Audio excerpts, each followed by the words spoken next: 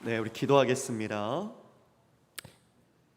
하나님, 우리에게 선한 능력으로 우리의 삶의 어떠한 상황 속에서도 믿음으로 우리가 흔들리지 않고 끝까지 그 영광의 새날을 맞이할 수 있도록 인도하여 주옵소서. 비록 보네포 목사님 독일 항복 한 달을 남겨놓고 형장의 이슬로 사라졌지만 그 영광의 새날을 맞이하기 위하여 기도하시고 또 하나님 믿음으로 그 모든 것을 이겨낸 것을 봅니다. 성도의 삶이란 무엇인가?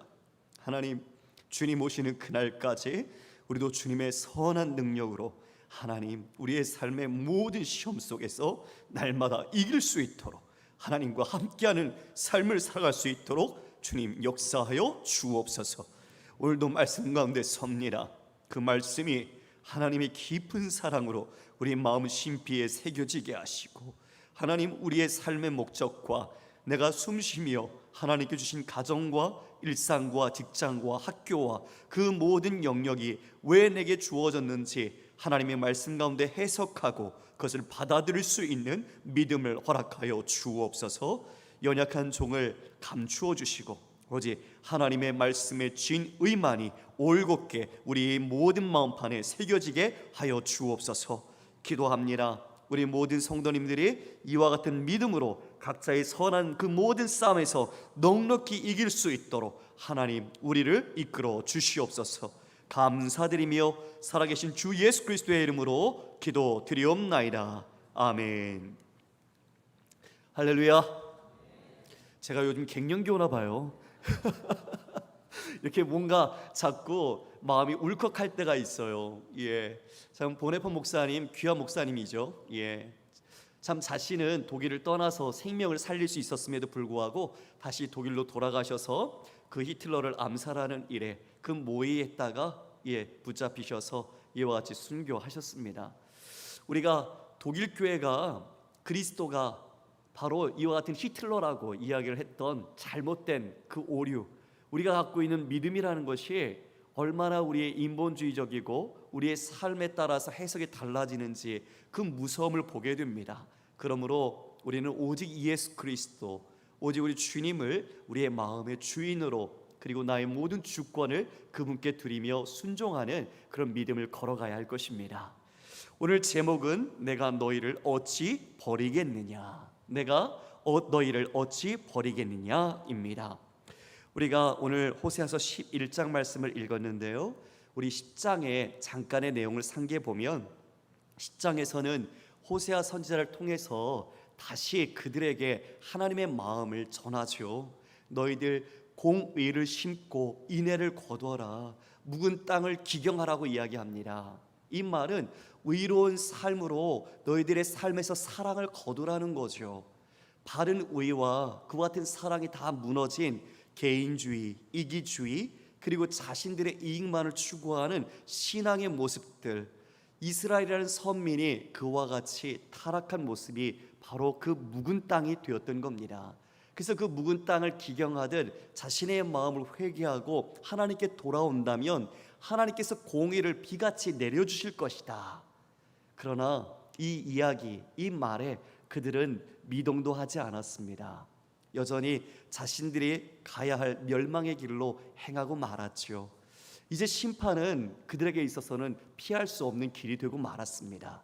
아는 것처럼 BC 722년에 아수르의 심판이 그들 앞에는 곧 다가오게 됩니다. 그럼에도 오늘 11장부터 나타나는 이야기는 하나님의 사랑과 그들이 이스라엘 에브라임이 어떻게 속였는지를 이야기해 주고 있어요. 우리가 자녀를 키우시는 분들이 이 자리에도 앉아 계시지만 이 자녀뿐만 아니라 또 남편과 아내의 배우자 사이, 아니면 가장 믿을 수 있는 우리 친구들 사이에도 마찬가지겠죠. 어떤 신뢰를 주었을 때 그 신뢰에 반하는 배신, 속임을 당한다면 우리의 마음은 상처로 얼룩질 겁니다. 오늘은 하나님께서 그와 같이 정말 고집센 이 이스라엘을 하나님은 어떻게 사랑해 주셨는가, 그 아버지의 사랑, 그것을 이야기하면서 너희들이 나를 어떻게 속였는지 그것을 하나님께서 말씀으로 다시 이야기를 해주십니다. 우리 말씀 들어가 볼까요? 1절에 이렇게 표현하고 있네요. 이스라엘이 어렸을 때에 내가 사랑하여 내 아들을 애굽에서 불러냈거늘. 여기에 이스라엘이 어렸을 때 마치 하나님께서 이제 아버지 같이 그 아들을 향하여 말하죠. 아들을 어렸을 때 애굽에서 불러냈다라고 말합니다. 하나님이 우리를 자녀처럼 아들이라 부르시네요.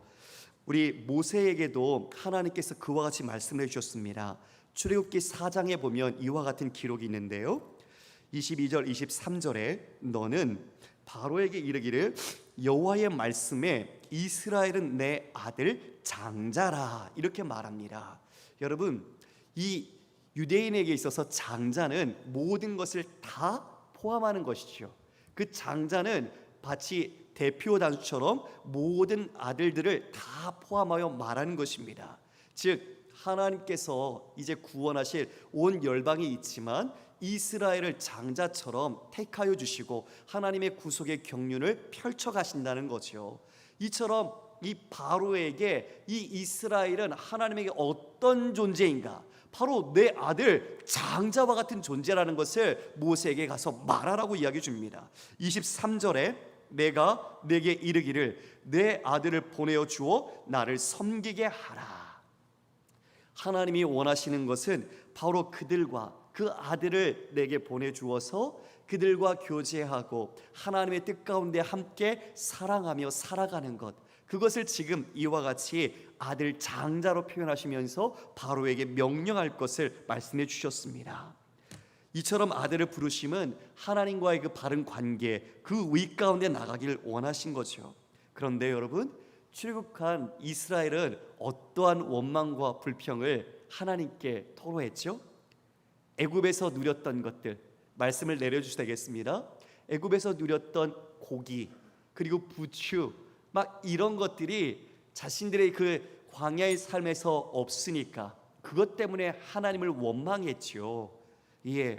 그리고 그처럼 어쩌면 하나님 입장에서는 그 노예로 살 수밖에 없는 그들에게 자유를 주어서 진정한 자유와 그리고 하나님의 아들의 신분으로서 정말 하나님 안에서 살 수 있도록 은혜를 베풀어 주셨는데 그들의 눈과 마음은 자신이 즐기고 자신이 찾고 있는 원하는 것들에 가 있었던 겁니다.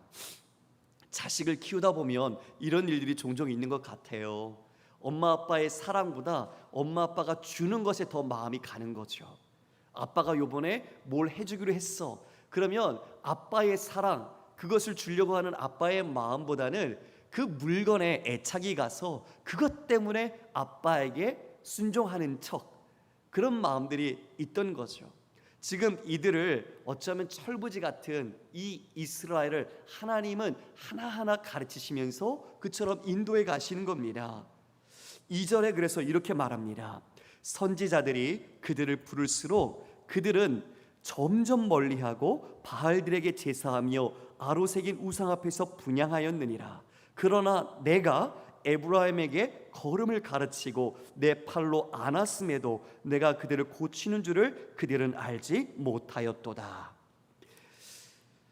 선지자들이 그들을 부를수록, 선지자는 하나님께서 보내서 하나님의 뜻을 증거케 하신 사람들이죠. 모세도 되고요, 그와 같은 사람들, 곧 하나님을 대신하는 사람들입니다. 그들이 그렇게 그들을 부릅니다. 그 자녀들을 부르지요. 그런데 그들은 어떻게 해요? 그 부름을 듣고 가까이 와야 하잖아요. 만약에 제가 이제 아이들을 부르면 아무개야 그러면 그 부름을 듣고 그 부른 이에게 와야 하는데 오히려 정반대 행동을 하는 거예요. 점점 멀리 갑니다. 그 부름을 듣고 어디로 갈까요? 바알들에게 제사하며 아로새긴 우상 앞에서 분향하고 있는 거예요. 자신을 자유케 하고 그 구원을 베풀어 주신 하나님을 떠나서 자신들의 눈길에 가고 이 세상의 번영과 부요와 그 자신들이 원하는 것을 주는 그들에게 가는 거죠. 우리는 이것을 이 세상에서 내 자신에게 맞는 코드로 변환시킬 수 있을 것 같아요. 하나님보다 내가 더 좋아서 따라가는 것들 무엇이 있을까요? 주일날 우리 취미, 저게 이제 예전에 신방할 때도 그런 분이 있지만 아내와 남편분이 주일날 매일 싸운대요. 아내는 교회 가자고 예배드리러 가자고 하는데 남편은 골프하러 가는 거예요. 사업 때문에 아니면 자신의 취업 때문에, 취미 때문에 골프하러 가서 맨날 그런 일이 주일 아침마다 많이 반복이 된다는 거죠. 즉 하나님의 부르심을 이와 같이 아내를 통해서도 이야기하고 남편을 통해서 아내에게도 이야기하고 우리 부모가 자녀에게 이야기를 하지만 그 부르심에 내 원하는 바를 따라서 다른 길로 가는 거죠. 지금 이것을 여기는 바알이라고 합니다. 물론 이 시대에 우리는 바알 같은 어떤 주상들을 섬기지 않아요. 그러나 보이지 않는 무형의 우리가 어떤 정신과 우리의 마음을 지배할 수 있는 것들이 하나님의 부름을 외면하고 그 부름의 귀를 막아버리도록 만드는 거죠. 여러분 생각하십시오. 과연 내겐 그것이 무엇인가 말입니다. 각자가 생각하시면서 하나님의 부름을 잘 들었으면 좋겠어요.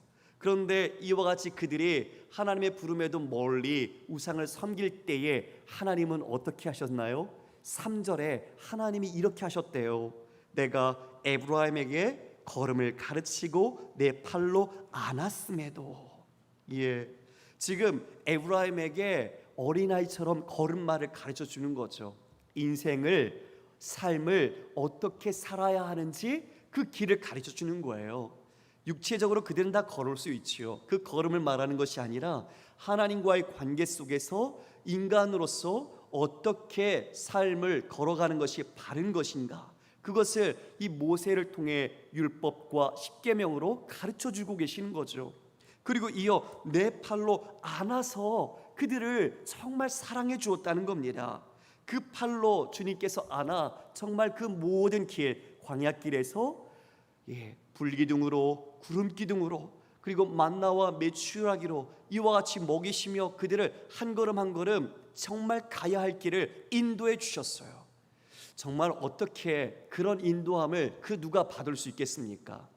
불기둥 구름기둥이라는 하나님을 상징하는 그와 같은 것들로 어떻게 우리는 이 삶을 인도함 받을 수 있었겠습니까? 지금은 우리 안에 성령님이 계십니다. 할렐루야. 성령께서 우리의 삶 가운데 말씀하시고 그 말씀을 조명해 주시고 우리를 그 말씀 가운데 이끌어 가시고 계십니다. 우리는 그분의 그 인도하심에 순종하는 것이 가장 안전하고 복된 길을 가는 것이겠죠. 할렐루야. 하나님께서 이와 같이 그들이 멀리 가지만 자신의 은혜와 사랑을 저버리고 그 우상 숭배를 하고 있는 그들에게도 하나님은 그때도 이와 같은 사랑을 베풀어 주셨다는 겁니다. 성도 여러분, 걸음마를 가르치고 내 팔로 안았고 내가 그들을 고치는 줄을, 이 고친다라는 표현은 죽을 고비를 넘겨서 살려주었다는 말이에요. 하나님은 지처럼 우리를 살려주시는 분, 정말 죽을 곳에서 우리를 건져서 구원해 주시는 분인데 그들은 그것을 깨닫지 못했다라고 말하고 있습니다. 얼마나 마음이 아플까요? 사랑은요, 사랑을 더 많이 할수록 그 사랑의 마음이 아파요. 자신의 사랑을 100을 주는데 상대방이 그 사랑을 100으로 느끼지 못할 때 마음속에서는 아픔이 있죠. 그러나 그 사랑하는 사람은 늘 지는 사람입니다. 사랑하기에 그 사람을 이해해주고 기다려주고 인내해주고 늘 자신의 마음이 아픔이 있지만 그 아픔을 겉으로 표현하지 않고 그 시간의 인내 속에서 그 사랑이 이루어질 수 있도록 참고 기다려주는 거죠. 하나님께서 지금 마찬가지로 그러신 겁니다. 걷지도 못하는 에브라임이라는 그 이스라엘을 향하여 하나님은 그처럼 처음부터 하나하나 가르치시며 기다려주셨다는 거죠. 우리 4절을 함께 읽어볼까요? 4절 시작. 내가 사람의 줄 곧 사랑의 줄로 그들을 이끌었고 그들에게 대하여 그 목에서 멍에를 벗기는 자같이 되었으며 그들 앞에 먹을 것을 두었노라.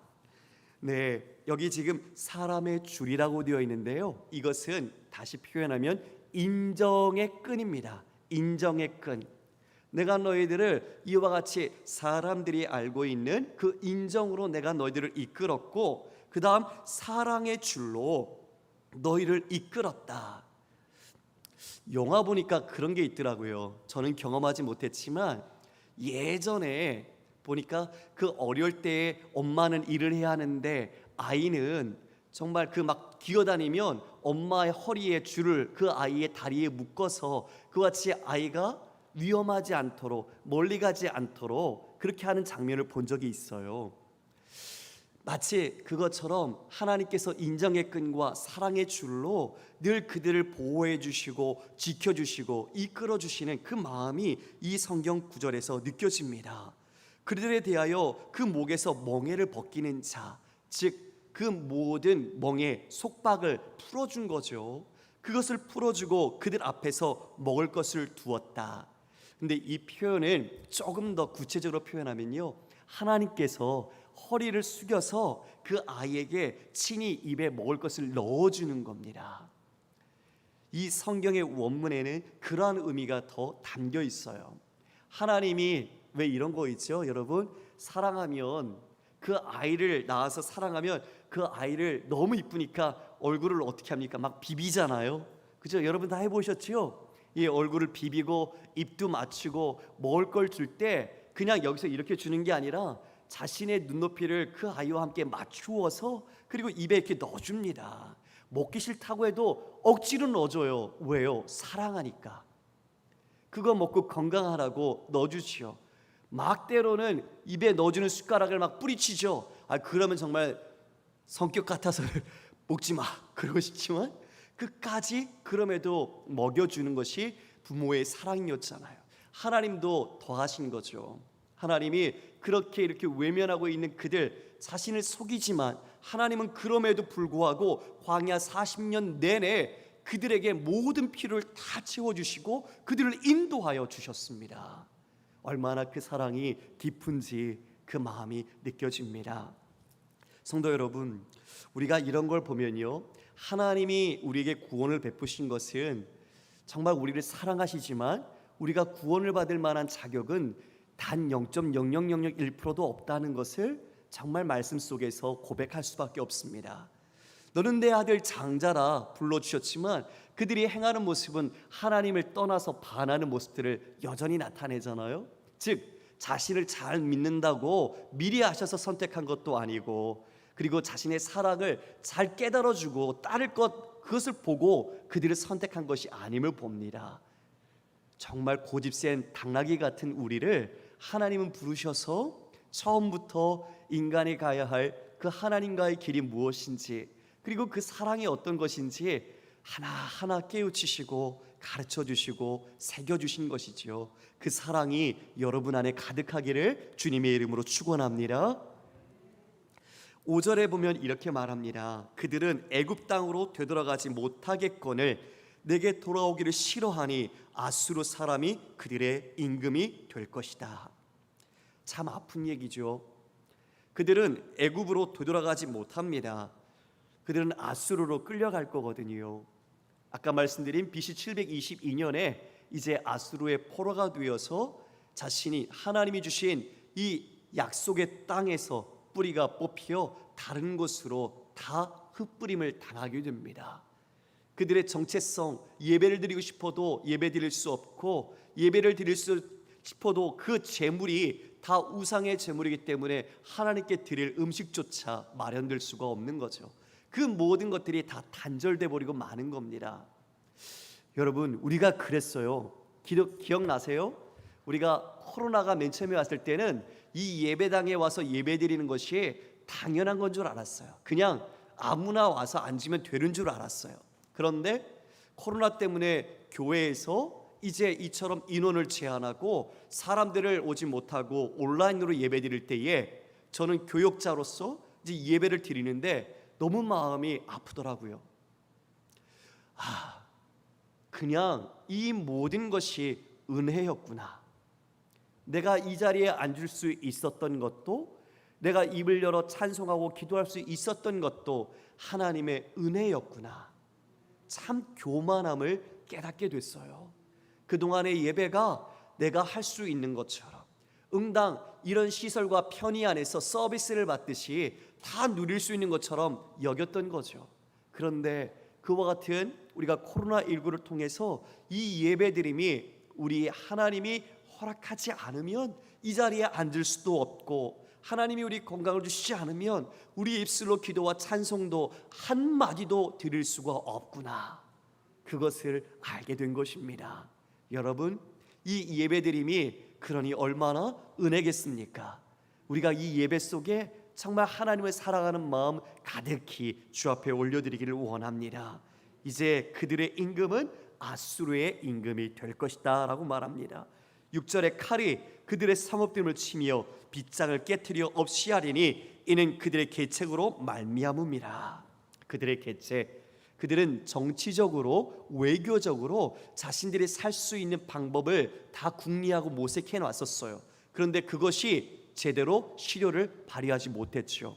결국 이와 같이 무참히 그들의 칼날에 자신들이 유린당하고 쓰러지고 말았습니다.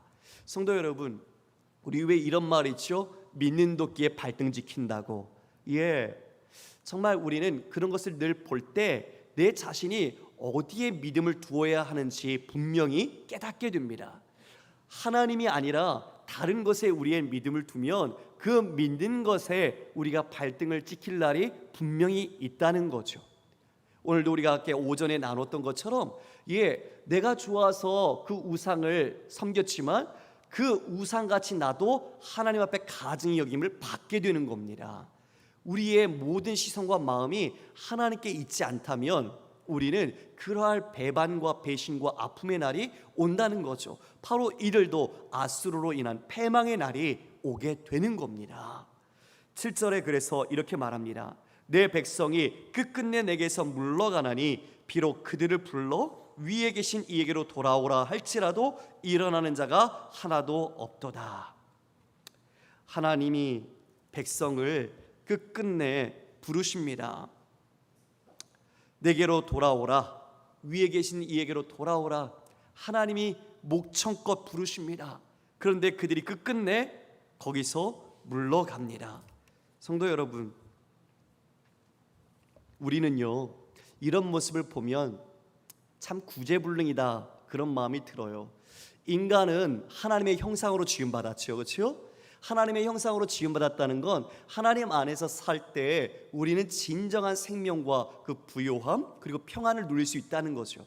다른 것을 의지하고 다른 것을 우리가 찾는 순간부터 우리는 타락이 시작됩니다.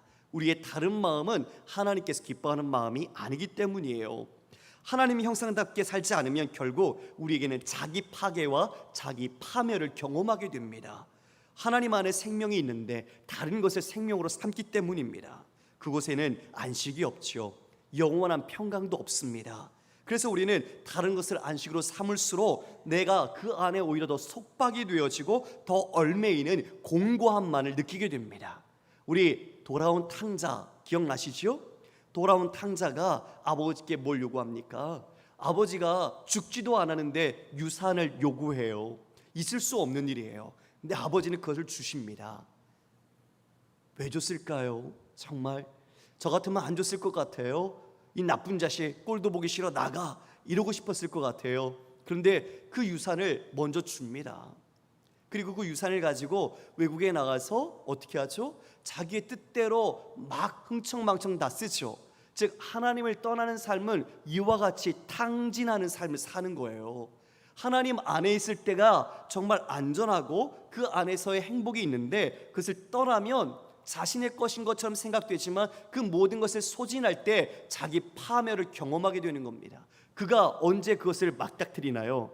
모든 걸 다 쓰고 난 뒤에 돼지가 먹는 쥐염 열매를 먹을 때 자기 자신의 존재를 드디어 깨닫습니다. 자기의 파멸, 하나님의 형상을 잊어버린 자신의 모습의 민낯을 바로 보게 되지요. 그때 누구를 생각합니까? 아버지를 생각합니다. 아버지 집에는 이 모든 것이 풍족하다. 그래서 심지어 내가 그들의 아들이 아니라 나를 품꾼의 하나로 써주기를 원하는 마음으로 아버지께 가죠. 아버지를 생각하는 것이 바로 구원과 회복과 회개의 시작입니다. 할렐루야. 아버지를 생각하면 우리에게는 희망이 있는 거예요. 아버지를 잃어버리면 우리에게는 소망이 없습니다. 그런데 여러분, 우리가 어떤 것에 탐닉하고 그 안에 매몰되면 우리의 영혼의 시계추는 멈춰져 가요. 그것이 즉 다른 것에 얽매기 때문에 우리의 영혼의 센서가 하나님 앞에 믿음으로 반응하는 것이 아니라 다른 것에 잠식당해서 그 영향력으로 말미암아 믿음이 점점점 둔감해지고 결국은 어떻게 되죠? 고장난 시계처럼 우리의 영혼이 하나님과 맞춰지지 않는 겁니다. 그러면 어렵죠. 바로 우리가 그런 죄에 중독이 되어지고 다른 것들에 우리의 모든 마음이 중독이 되어지는 것이죠. 그렇게 되면 하나님을 불러도, 하나님이 우리를 불러도 우리는 하나님의 그 부르심 앞에 순종하지 못하고 듣지도 못하고 깨닫지도 못하는 것이죠. 엘리 제사장, 그는 듣지 못했어요. 그러나 누구는 들었습니까? 사무엘은 들었어요. 바로 그러한 모습처럼 다른 모습이 나타나게 되는 것입니다. 7절에 우리가 읽은 것처럼 그들은 끝끝내 하나님께로 돌아오지 않고 물러갑니다. 그래서 하나님이 탄식하시지요. 회개할 때가 지났어요. 시기를 이미 놓쳐버렸습니다. 그들은 이제 그 모든 아수르의 심판 속에서 고통을 겪어야 하는 것이죠. 신앙, 그러므로 신앙은 마음을 지키는 싸움이라고 말할 수 있습니다. 이 마음을 정말 우리가 온전하게 지키는 것, 다른 것에 빼앗기지 않는 것, 그것이 우리 일상의 믿음의 싸움이 되는 거죠. 우리가 그 모든 일들, 아니면 자녀의 일들, 아니면 우리 앞에 급박한 어떤 프로젝트 같은 일들이 우리의 믿음 안에서 그것을 감당해야 하는데 우리의 모든 사고를 붙잡아 버리는 거죠. 저도 많이 그것을 경험했어요. 빠른 시간 안에 이 일들을 해내고 그것으로 성과를 내야 되니까 이 믿음이라는, 내 기도라는 이 모든 것들을 뒤로 하고 급하니까 일부터 먼저 하게 되더라고요. 그러면 그것이 결코 좋은 모습일까? 아니요, 그렇지 않았어요. 오히려 급하고 더 여유가 없을수록 기도하고 우리가 그 일들을 감당할 때 하나님의 인도하심과 좋은 결과를 얻었던 것을 저는 누렸습니다. 여러분, 우리의 일의 시작과 마지막은 하나님께 온전히 의지하면서 해야 할 줄 믿습니다. 이처럼 이들은 이제 하나님을 떠나갑니다. 그런데 8절에 하나님의 아픈 탄식, 정말 그들을 향한 눈물의 탄식이 묻어나옵니다. 우리 8절 말씀 같이 읽겠습니다. 시작. 에브라임이여 내가 어찌 너를 놓겠느냐, 이스라엘이여 내가 어찌 너를 버리겠느냐, 내가 어찌 너를 아드마같이 놓겠느냐, 어찌 너를 스보임같이 두겠느냐, 내 마음이 내 속에서 돌이키어 나의 긍휼이 온전히 불붙듯 하도다. 그들을 지금 공의를 따라서는 심판을 받아야 해요. 그들 언약 백성이잖아요. 하나님이 내 아들이라고 하나님과 함께 언약한 그들이잖아요. 그러나 그들이 이와 같이 하나님을 떠나고 우상 숭배함으로 말미암아 그들에게는 공의의 심판이 이미 정해져 있어요. 그러나 그것을 앞두고 있는 하나님의 마음이 기뻤을까요? 아니라는 거죠. 하나님의 마음은 아프셨어요.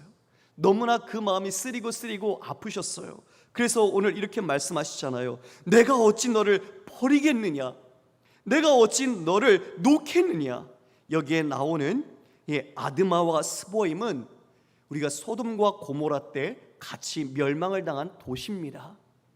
너희들을 그와 같이 그 죄악의 도시들이 멸망당한 것처럼 내 백성, 내 장자 너희를 어찌 내가 그렇게 버리겠느냐, 어떻게 놓겠느냐. 하나님이 스스로 안에서 너무 아파서 스스로 자괴감 속에 말하는 것처럼 탄식하고 계시는 거죠.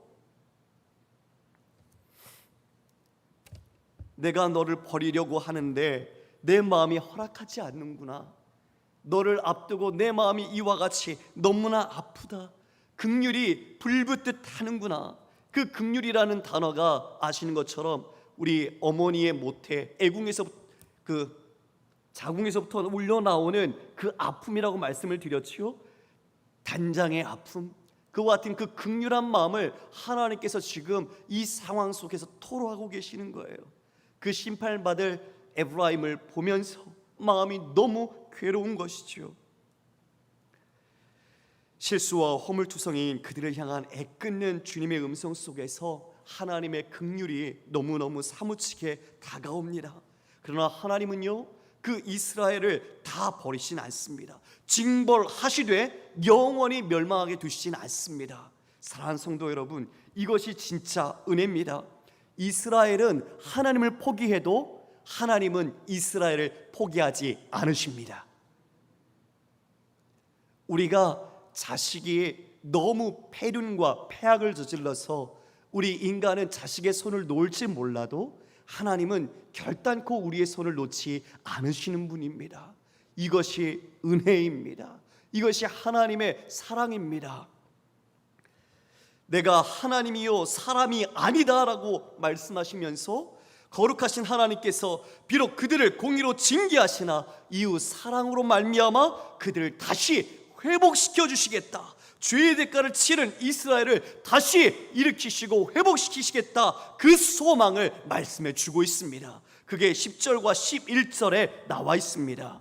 9절을 제가 읽지 않았는데요, 9절을 제가 읽겠습니다. 내가 나의 맹렬한 진노를 나타내지 아니하며 내가 다시는 에브라임을 멸하지 아니하리니 이는 내가 하나님이요 사람이 아님이라. 변개치 않으시는 하나님의 마음을 강력하게 이야기하시죠. 내 가운데 있는 거룩한 이니 진노함으로 내게 임하지 아니하리라. 우리 10절 말씀 11절 같이 읽겠습니다. 시작. 그들은 사자처럼 소리를 내시는 여호와를 따를 것이라. 여호와께서 소리를 내시면 자손들이 서쪽에서부터 떨며 오되 그들은 애굽에서부터 새같이 아수르에서부터 비둘기같이 떨며 오리니 내가 그들을 그들의 집에 머물게 하리라. 나 여호와의 말이니라. 아멘. 사랑하는 성도 여러분, 하나님은요 공의의 하나님이시지만 사랑의 하나님이십니다. 죄값을 그대로 두시진 않습니다. 그래서 그 죄에 대해 응당한 징벌을 내리십니다. 그러나 하나님은 다시 사랑으로 그들을 회복시키십니다. 말씀을 읽은 것처럼 사자처럼 소리를 내십니다. 예전에는 이 사자처럼 소리 내시는 여호와는 그들을 삼키시기 위하여, 그들을 혼내기 위한 부르짖음이었습니다. 그런데 지금은 그것이 아니죠. 사자처럼 포하시는 그 하나님의 음성을 듣고 그들이 어떻게 합니까? 이제 서쪽에서부터 오는 겁니다. 즉 저 멀리 아수르 아니면 애굽 그 땅에서부터 그들이 하나님의 그 소리를 듣고 올라와 그들의 집에 다시 그 약속의 땅, 젖과 꿀이 흐르는 그 땅으로 돌아와 그 집에 머물게 하리라. 하나님은 그들을 아주 버리시지 않았습니다. 그들을 붙잡고 계셨고 그들을 다시 이끄신다라고 이야기해 주고 있습니다. 말씀을 정리하겠습니다. 성도 여러분, 하나님은 출애굽 이야기를 통해서 내가 너희를 얼마나 사랑했는지, 정말 너는 내 아들이고 내가 너에게 걸음마를 가르쳐 주었고 내가 너를 안아서 길렀다. 그리고 내가 엎드려 이같이 먹이며 너를 양육했다 말씀하십니다. 하나님은 그렇게 우리를 고치시는 하나님이십니다. 할렐루야. 여러분, 다른 데 가지 마십시오. 하나님만이 우리를 고치실 수 있는 유일한 분이십니다. 그분만이 여러분의 아픔과 상처와 내 안에 누구에게도 말할 수 없는 그 고민, 이것을 아시는 분이십니다.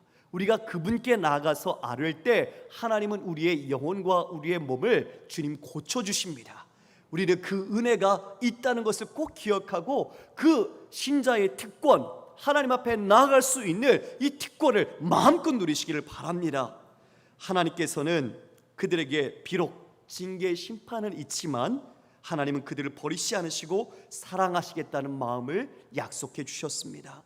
하나님의 사랑은 끝이 없는 영원한 사랑입니다. 예수 그리스도까지 우리를 사랑하셔서 내어주신 그 사랑, 우리를 절대 포기하지 않으시고 버리지 않으시고 끝까지 기다리시는 하나님이십니다.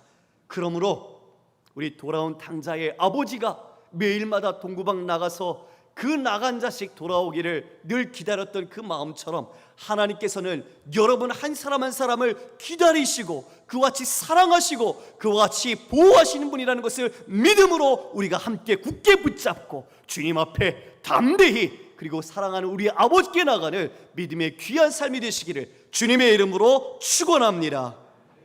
사랑의 하나님, 어찌 내가 너희를 버리겠느냐? 어찌 내가 너희를 놓겠느냐? 하나님의 그 크신 사랑과 그 은혜가 우리의 넘어짐, 우리의 잘못된 죄악의 모습들, 내 스스로 타락하고 죄에 합리화하고 하나님 앞에 나가기에 부끄러우나 하나님께서 우리의 손을 붙잡으시고 이와 같이 고치시는 하나님을 믿기에 주님의 그 사랑에 힘입어 그 은혜를 다시 의지하여 주 앞에 나아갑니다. 우리를 붙들어 주시고 우리를 그 영원한 손길로 인도하셔서 하나님의 그 사랑하는 아들답게 믿음의 거룩한 자녀로 우리를 온전히 인도하여 주옵소서. 우리 사랑하는 믿음의 귀한 권속들, 그리고 우리의 가족들, 우리의 모든 권속들이 하나님을 이와 같이 그 사랑 안에서 순종하고 그 사랑으로 서로 사랑하고 그 사랑으로 많은 사람들을 품을 수 있는 우리 모든 교우들, 믿음의 가족들 되게 하여 주옵소서. 감사드리며 예수님 이름으로 기도드리옵나이다. 아멘.